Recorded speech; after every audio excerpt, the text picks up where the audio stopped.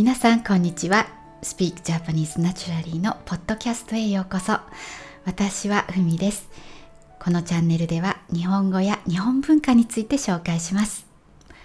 今日のテーマは、なぜ日本では血液型を聞くのか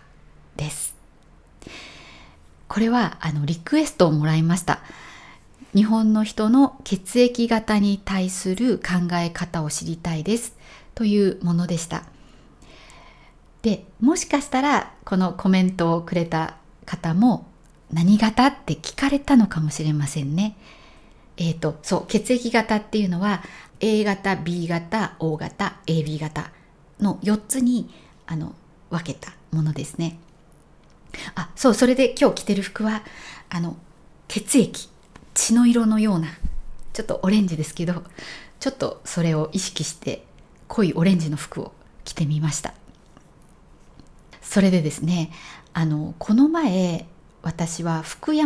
広島県の福山市でホームステイで外国からのゲストを受け入れているお家にお邪魔しました。で、そこのホストファミリーのお母さんが言ってたことなんですけど、そのゲストの方がすごく綺麗に部屋を使ってくれて、あと靴もきちんと揃えて、でそのリビングの部屋に入ってくるときに毎回失礼しますって入ってくるそうなんですね。で、とても几帳面な人だと。几帳面というのはきちんとしてるっていうことですね。例えば几帳面な人は時間には遅れない、部屋がピシッと整っている、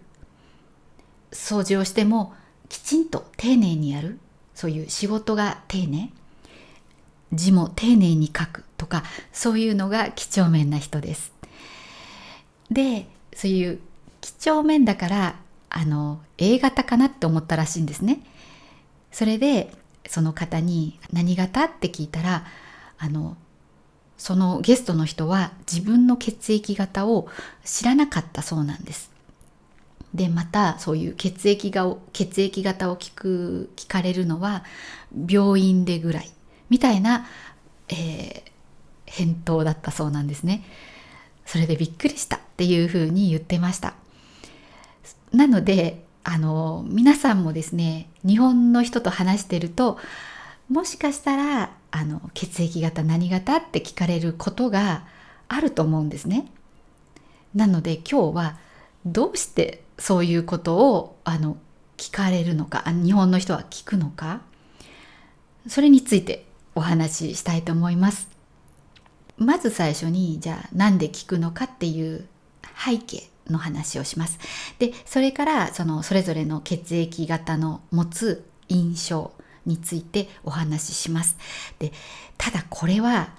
科学的根拠のないことですね。血液型で性格がわかるっていうのは科学的には根拠がないことです。つまり偏見です。で、それによってやっぱちょっと差別が起きているという事実があるので、そのお話をしたいと思います。で、最後に娘に血液型って最近聞いたりするって質問したんです。そしたら、今血液型聞かないよ、今は MBTI を聞くって言ったんです。なので最後にその話をしたいと思います。で、血液型って聞いた時に日本の人の頭に浮かぶイメージを皆さんに分かってもらえるようなお話にしたいと思います。ぜひ最後まで聞いてください。では最初に、なぜ日本ではそういう血液型を聞くようになったのかという話をします。で、これはですね、調べてみたところ1970年代からブームになったそうです。で、これが2000年代の前半まで続いてたそうなんですけど、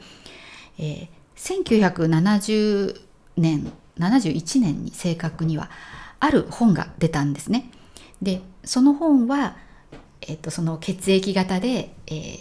性格を知るみたいな内容の本でした。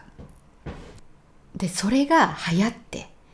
同じような本がもっと出るようになって、またテレビでも取り上げられるようになったそうです。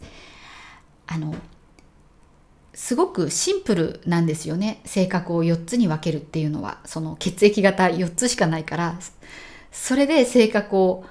こういう性格っていうのが多分すごくキャッチーだったんだと思うんですよね。で、面白いっていうんで話題になった。で、それをみんなが話題にするから余計話題になってみたいな感じで、もう常識みたいなように日本の中で受け入れられていった感じがします。だからもう私が小学校とか中学校とかの頃には、何型だからどうっていうのは当たり前でした。普通の感覚としてみんなが持ってた感覚だったんですね。例えばさっき言ったように A 型って言えば几帳面、そういうのがみんなの中でこう共通で持たれる認識みたいになっていました。たださっき流行ったのが2000年代前半までというふうに言ったんですけど、やっぱり血液型で性格がわかるっていうのは科学的な根拠がないわけです。根拠っていうのは証拠みたいなもんですよね。科学的には証明されないし、それに何より世の中の人の性格をそんな血液型ぐらいで分けられるわけはないですよね。で、なのでだんだん前ほど血液型がどうこうっていうのは言われなくなりました。で、ただですね、例えばさっきのゲストさんみたいにとても几帳面な様子を見たりすると、あれ、あの人 A 型かなとか思ったりするわけですね。で、そうするとそれが本当に A 型か確認したいって思って、何型ですかって聞きたくなる。そんな感じなんだと思います。だから実際はそういうことを聞く人に、血液型で性格がわかるって信じてますかって聞いたら、多分いやそんな信じてないですよって言うと思います。ただなんとなくこういうことをする人は何型かなって思うと、何型ですかって聞いて答え合わせをしたくなる、そんなような気持ちがあるんじゃないかなっていうふうに思います。で、ただそのホストファーザーの人が言ってたのは、いや女の人はよく聞きますよねって言ってたので、その人からすると男性はあんまり聞かないっていうことがあるんだと思います。実際どうでしょうね。なんとなく女性の方が聞くような気がします。では次に、それぞれの血液型がどういう印象で、思われているかについて、お話しします。で、これは本当に偏見ですよね。正しいものではないんですが、一般的に広まっているイメージです。で、その前にそれぞれの血液型がどれくらいの割合かというお話をしますと、まず日本人は A 型が一番多くて、40% です。次 O 型で 30%。で、B 型が約 20%。で、一番少ないのが AB 型で、約 10% だそうです。だから、A 型が一番多いわけですね。で、A 型のイメージはまず几帳面。それから、真面目。あとは協調性があって人とうまくやれる。それから悪い方で言うと心配性とか細かいです。次に多い O 型 30% は、O 型というからにはおおらかです。O 型はおおらかっていうのはなんかパッと浮かぶイメージですね。おおらかっていうのは小さいことを気にしない感じですね。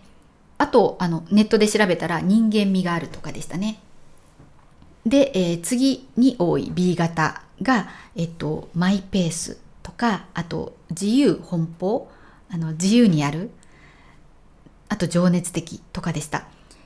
で、最後 AB 型なんですけど、AB 型のイメージというのは頭がいいとか、あと天才肌、人が気づかないところに気づくとか、あとは悪い意味で言うと、二面性がある。二面性があるっていうのは、なんか同じ人とは思えないようななんか違いがあるってところですね。二重人格ともよく言われるんですけど、二重人格っていうのは、ジキルとハイドみたいなやつですね。二人別の人がいるんじゃないのみたいな、それぐらいなんか違う感じになるのが二重人格とか二面性がある。二面性があるっていうと表裏があるって感じですね。いい人そうに見えるけど本当はすごい悪い部分があるみたいな。で、のが AB 型ですね。ちなみに皆さんは何型ですか？自分の血液型をご存知ですか？ですね、知らない人も多いんじゃないかと思います。国によっては。で、日本の場合は、例えば私が娘を産んだ時には、もう病院で生まれた時に血液型も調べてくれました。で、ただそこから時代は変わりまして、生まれたばかりだとまだお母さんの母体の影響で正しい結果が出ない可能性があるとか、まだ赤ちゃんのうちに血液型を知っておく必要性はそんなにないということで、生まれた時には血液型を調べないことも増えているそうです。そう、私息子2人を産んだ時は、娘が今21年前に産みました。で、息子は19年前と16年前に産んでるんですけど、その時には血液型を病院では調べませんでした。調べてくれませんでした。で、なんか言われたのが、血液型を調べるためにわざわざ血を抜くのを、赤ちゃんにそれをやる必要がないというような話でした。で、あとさっき言ったように、やっぱりまだ血液型がはっきり出ないとか、いろんな理由があったと思います。ただですね、やっぱりなんか親として知りたかったんですね、血液型が。だからなぜ知りたいかっていうと、きっと血液型性格診断みたいなのがやっぱ私の中に深く入ってきてたのかもしれないです。で、実は私は AB 型なんです。で、夫も AB 型なんですね。はい、じゃあ皆さん質問です。AB 型と AB 型2人から生まれる子供って何型の可能性がありますか？まず A 型の可能性がありますね。それから、B 型の可能性があります。そして、AB 型の可能性があります。O 型の子が生まれたらちょっと問題があるかもしれませんね。はい。で、うちの子供はですね、一番上の娘は AB 型でした。で、真ん中と下が分からなかったんですね。男の子2人が。で、やっぱりちょっとその時に、真ん中の子は几帳面だから A 型かなとかちょっと思ったりしたんですね。で、一番下の子はちょっと分からなかったんだけど、AB 型ならいいなと思ってました。なぜなら、血液型性格診断だと AB 型って結構いいことが書いてあるんですよ。さっき言った二面性とかは悪い方ですけど、あれも私の中ではちょっといい意味に捉えてて、他の人と違うのねみたいな。だから結構頭がいいとか書いてあるんです。で、それを喜ぶ時点でなんかちょっと頭が悪い感じがしますが、なんとなく AB 型で良かったっていうのがあるんですね。そう。で、なんかそういうのもあったりして、何型かなって知りたい。全員 AB だったらいいなとか、なんかちょっとそういう気持ちがありました。正直に言って。だからですね、結局私の中にもそういう偏見が根付いているわけです。で、じゃあここからはその偏見による弊害のお話をしたいと思います。でですね、AB 型とかは本当にいいんですよ。頭がいいって言われて嫌な思いする人いませんよね。で、A 型と O 型も悪いことはないんですよ。で、A 型はさっき心配性とか言ったけど、でもそうは言っても几帳面でしっかりしてるわけですね。で、O 型なんておおらかですからね。で、実は一番悪く言われる血液型が B 型なんです。で、B 型はマイペースで自由奔放ってさっき言ったんですけど、いい意味にも悪い意味にもなるんですけど、悪い意味で言うと、例えば時間を守らないとか、いい加減だみたいなことが言われてたんですね。で、そういう時に何が起こるかというと、さっき私は AB 型でよかったって思った逆のことが起こります。今度 B 型だから、私は B 型だからダメなんだって思ってしまうこともあったようなんですね。で、1年前ぐらいに見た YouTube で、ある大学の先生が出てたんですけど、実際に影響があったのかっていうのを統計学的にその人は調査したんです。で、その結果、なんとですよ、B 型の男性です。その弊害が統計学的に数字で見られたのが、男性、B 型の男性でした。で、B 型の男性の結婚率、ごめんなさい、これ何歳から何歳っていうのをちょっと確認してないんですけど、結婚率が他の血液型に比べて 7% 下がってたそうなんですね。で、さらに年収は68万円下がってたそうです。で、これは数字だけ見たので、なぜなのかっていうところまでは追ってないそうなんですが、ちょっとすごくないですか？結婚できる確率が減り、割合が減り、年収が68万円も下がる。で、この理由についてその先生は2つのことを言っていました。まず1つはさっきも言ったように、本人自身がその血液型の性格診断の結果を本気にしてしまう。時間にルーズっていう診断が出てれば、どうせ俺は時間守れないんだって言って、もう時間守らない人になってしまうとか、そういう本人がそれをそう思ってしまうっていうことと、もう一つ、これも重要なんですけど、女性側や雇う側が影響されているという話も言っていました。これはどうやって調べたかっていうと、結婚相談所ですね。まずは結婚については、そこでは血液型が B 型、男性が B 型だと B 型の人は嫌ですって女性側が言うことがあるそうなんです。で、あと雇う人、これ全員じゃないですよ、もちろん。でも雇う人も、もし同じ条件で A 型の人と B 型の人がいたら、じゃあ B 型はいい加減だからこっちの A 型にしようっていうこともありえないことではないようなんですね。だからそれで例えば雇われなくてチャンスを失うっていうのもあれば、さっき言ったように自分自身がどうせダメなんだからって言っていい加減になってしまって、実際それで年収が上がる仕事に就けないとか、いろんな影響があると思うんですけど、もう明らかにこうやって差別があり、結果として出てきているということに、ちょっと私は驚きました。これを見て、もう本当にやっぱり迂闊に何型だからどうこうっていうのは言わない方がいいんだなみたいな風に思いました。そうで、しかも血液型の性格診断の歴史をちょっと調べたら、もともとはドイツでその ABO 式の血液型が発見されて、でそれをナチスも使ったそうなんですね。で、ナチスの場合は A 型がいい血液型だと。で B 型が悪い血液型。ここでもだから B 型が悪いものとしてされてたわけですね。でそれを、日本ではその大日本帝国時代に兵士の気質を見るために血液型の研究をしていたそうなんですね。ただその時もその期待した結果は得られなかった。つまり血液型でその気質は分からなかったってことですよね。でそういう研究はされなくなったそうなんですね。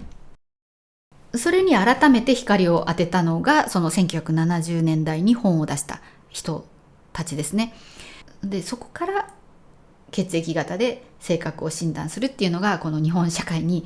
広く浸透していったわけですね。そうで、ただ私もこれだけ弊害があるってことを実際にこういう差別につながっているっていうことをちょっと私自身もちゃんと分かっていなかったので、その B 型の男性のこの差別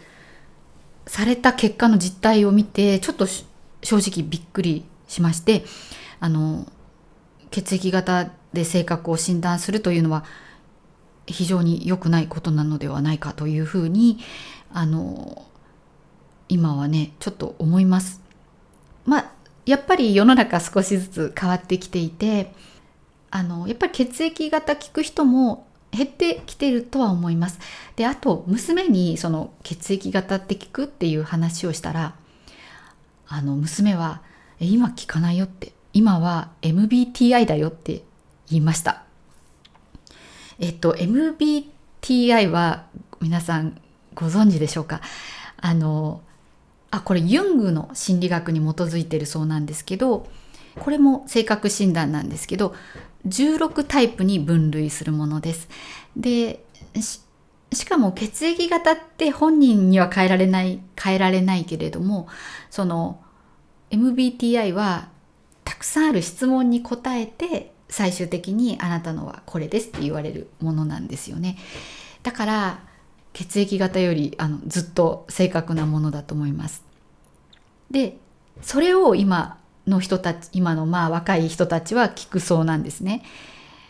だから例えば初めて会った人に MBTI 何とか聞いたりすると。だからもしかすると結婚相談所もそのうち血液型の欄以外にMBTI を書く欄がもしかしてもうあったりするかもしれませんね。で、今度はそこでこれが合わないからこの人とは無理とかやっていくのかもしれません。どうなんでしょうね。それがどれくらい正確なのかわからないけど、はい、少なくともちょっと待ってください。今度はその MBTI の結果によって、この人は就職しにくくなるとか、このタイプは選ばれなくなるとか、また絶対弊害が出てきそうな気がしますね。難しいとこですね。なんかこういう診断のその悪いところって入り口でシャットダウンしてしまう可能性があるっていうことだと思います。そういうのを知らなければだんだん知っていく中で合う合わないが分かってきて、その後仲良くなったりならなくなったりするわけじゃないですか。でも最初に何型だからダメとか、その MBTI のこのタイプだから私と合わないとかって最初からドアを閉じちゃうみたいな、そんなイメージがありますよね。でも逆にそれをすることでその後の余計なやり取りを減らすっていう意味もあるのかもしれませんがね、どうなんでしょうね。一番は本当にそのやり取りを通じて相手を知っていく、こういう診断はね本当に全てじゃないですからね。やり取りを通じて相手を知っていくっていうのがもちろん大事だと思います。はい、ということで今日は、日本の人のその血液型に対する考え方というのをお話ししました。だからさっきも言ったように差別があると言っても、その差別があるということに気づいている人が少ないと思います。ほとんどの人は普通に楽しんでっていうか普通に軽い気持ちで何型だからどうこうって言っているだけなんですよね。でもそれが結果的にこうやって差別につながってるんだなっていうことを私は学びましたが、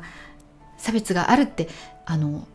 かっている人はもしかして少ないんじゃないかなっていうふうに思います。はい、じゃあ今日はここまでです。今日も最後まで聞いてくれてありがとうございました。この動画が良かったらぜひ高評価、チャンネル登録、そしてお友達にシェアしていただけると嬉しいです。またメンバーシップもやっていますが、メンバーシップに入ってくださっている皆さ